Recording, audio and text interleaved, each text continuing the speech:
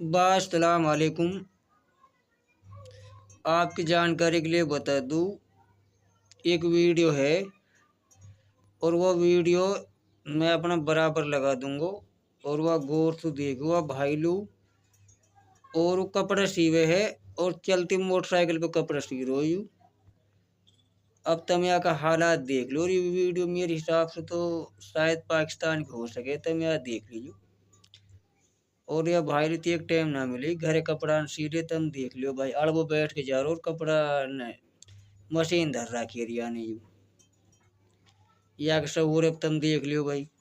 ये भी अपना मन में सोच रहे हो भाई मैं कितने एक बड़ा कपड़ा सीनी हूँ। और वीडियो अच्छे लगे तो चैनल सब्सक्राइबर कर लीजिए। ऐसी वीडियो अपन के लिए हर रोज आती रहेंगी। और अस्सलाम वालेकुम।